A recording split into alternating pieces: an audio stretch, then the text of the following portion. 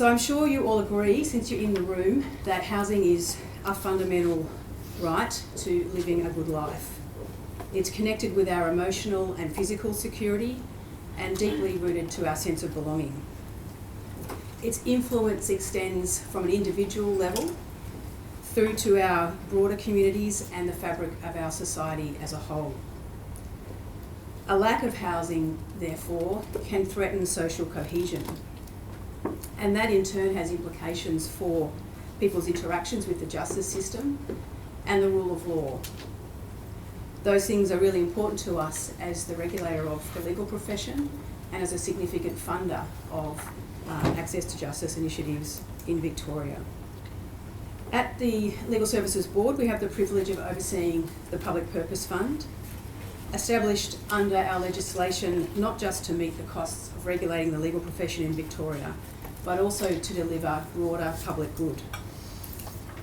We have been a stalwart of the funding landscape in Victoria for 16 years, and over that time our grants program has championed visionaries and innovators in the legal and justice sectors, many of whom are in the room this morning, and we're proud to have invested over $60 million towards hundreds of projects to improve access to justice in Victoria in this time.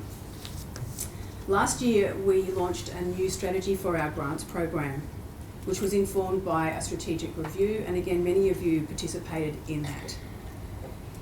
That review has led us to where we are today. At its heart, the new strategy has 3 goals. The first is accessible legal services, to protect public confidence in the justice system by ensuring people get the help they need when they need it. The second goal is holistic and diversionary responses, wrapping around and coordinating support that people need with a focus on diverting people away from the formal justice system. And the third is fairer laws and processes, reforming the system where it's needed to address injustice and enable people to better exercise their rights. We believe that funding along these 3 lines can target the areas of greatest need. This new strategy underpins a new funding model. We've introduced our Strong Foundations grants, which are about putting in place the infrastructure needed to run and sustain an effective organisation. The aim of those grants is to strengthen organisations that work to improve access to justice in Victoria. And again, many of you in the room today have received those grants. These Strong Foundation grants are complemented by our Change grants, which continue the core component of our grants program that you're also familiar with. These Change grants fund individual projects that support positive change wherever it's needed. We all know the figures around the state of access to housing in Australia. More and more Victorians are experiencing housing insecurity, and we've seen an increase in applications to our grant program that relate to housing. As we've talked to our grantees, we hear how a lack of stable housing underlies so many other challenges that people experience. That prompted us to think, what role can we play in improving housing security in Victoria? We're not about start building homes, that's not our expertise.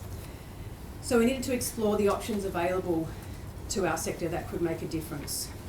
What are the levers we can pull to address this extremely complex situation? Through our research and consultation, we found that many people, including some from our own profession, don't immediately see the link between housing insecurity and the legal assistance sector. While the link may not be obvious to many, it is there.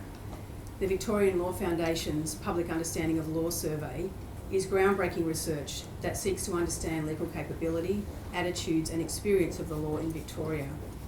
Among the many, many findings in that wonderful research was that insecure housing can form the nucleus of numerous legal issues. Housing legal problems are correlated with family legal problems, debt and money issues, as well as legal problems associated with government payments. We were delighted to accept the recommendation in Jared's report that we run a priority-themed grant round focusing on housing justice. We really think the time is now to do a focused housing justice funding round. We really want to see with this round projects that result in more people in Victoria accessing and retaining secure and safe housing. We've got a couple of things that we're interested in particularly seeing in proposals. That renters are treated equitably and without discrimination, that increase housing provider accountability and improve regulation, that people experiencing housing insecurity have timely access to quality support services, that we have statewide mechanisms that efficiently and effectively resolve housing disputes, and that we have fairer laws and processes to improve housing affordability and security. Thanks very much.